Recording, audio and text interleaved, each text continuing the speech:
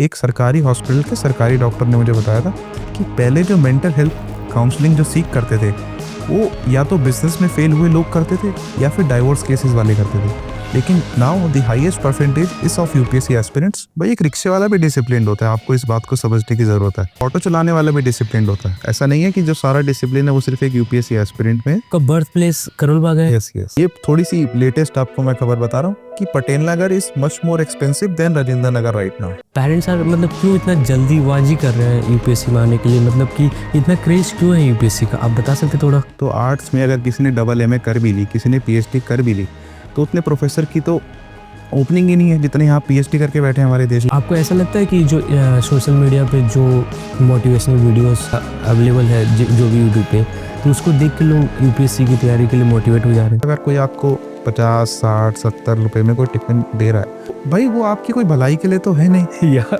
ये टिफिन वाले रात को जाते हैं शॉपिंग करने के लिए, जब सबसे सस्ता सबसे दबा कुचला माल मिलता है। जैसे जैसे अटेम्प्ट आपके आगे बढ़ते रहते हैं, आपका स्ट्रेस लेवल बढ़ता जाता है और ट्रॉमा का लेवल उसके साथ साथ बढ़ता रहता है। ओके।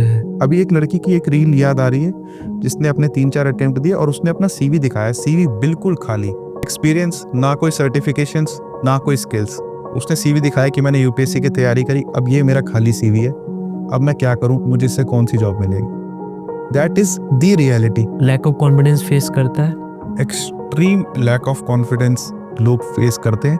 वो चाहे ऊपर से कुछ भी बोले कि भाई हमें इतनी नॉलेज मिल गई है, हम इतने डिसिप्लिन्ड हैं। जो साइकिल चलती है कि स्टेट सर्विसेज का एग्जाम दे देगा बंदा, अगर यूपीएससी नहीं हुआ तो वो नहीं हुआ तो फिर एसएससी सीजीएल दे देगा, बैंक पीओ दे देगा, वो भी नहीं हुआ तो क्लर्क के एग्जाम दे देगा, ग्रुप डी दे देगा। ओके। पर प्राइवेटाइजेशन होने के बाद हुआ क्या है कि जो नीचे वाली जो जॉब्स थी वो सिक्योरिटी जा रही है। यस यस यस, वो तो लोग रियलाइज ही नहीं कर रहा है कि स्वीट्स आर का जो ड्राइवर है वो कोई गवर्नमेंट एम्प्लॉय थोड़ी ना है, वो तो सरकार ने टेंडर निकाला, किसी को कॉन्ट्रैक्ट मिला, वो तो एक प्राइवेट ड्राइवर है। मैं जानता हूँ कि आप फाउंडर भी हैं upscplanb.com। ये राइट है। सबसे पहले वो सोचता है कि मैं यूपीएससी का एग्जाम दूंगा, वो नहीं होता तो वो स्टेट सर्विसेज में आ जाता है। एक लड़की रात को खूब परेशान थी कि भाई मेरा प्लान भी क्या होना चाहिए। The girl was super smart.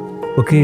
उसने अगले दिन फिर एक सेशन बुक करा। सेशन पे the session is absolutely free, उसके कोई चार्ज नहीं है। ठीक है। उसको हम करियर डिस्कवरी टेस्ट कहते हैं कि भाई आपकी नेचुरल प्रेफरेंसेस के हिसाब से क्या करियर आप चूज कर सकते हैं। And this test is technically not made by me, कि टॉप के साइकियाट्रिस्ट और करियर कोचेस ने डिजाइन करा है। इसके अंदर हम उस एस्पिरेंट की नेचुरल प्रेफरेंसेस और इन डिमांड मार्केट करियर्स को मैच करके उनको बताते हैं कि भाई ये 2-3 करियर हैं जो आपके लिए बढ़िया हैं, आप इसमें अपना स्किल डेवलप करें। ये जो टर्म है ना, ये डिसिप्लिन, कंसिस्टेंसी, परसिस्टेंस, ये सब यूपीएससी कोचिंग इंडस्ट्री ने फैलाई थी, क्योंकि जो जिन एस्पिरेंट्स का नहीं हो पा रहा था वो उल्टा सवाल पूछ रहे थे। आप अपनी तरह की जिंदगी नहीं जी पा रहे तो आप सक्सेसफुल नहीं है। हमें सोसाइटी जो है वो डाल देती है इस ढर्रे पे कि आप क्या अचीव करेंगे, आप क्या बनेंगे, और आप उसी रट के अंदर हमेशा उसी दौड़ में लगे रहते हैं और आप अचीव करते जाते हैं, एक्यूमुलेट करते जाते हैं, and then finally you realise कि यू आर नॉट सक्सेसफुल। लोगों के लिए आपको परसेप्शन है कि आप सक्सेसफुल हैं, बट आप अगर अपनी तरह की जिंदगी नहीं जी पा रहे हैं तो आप सक्सेसफुल नहीं हैं।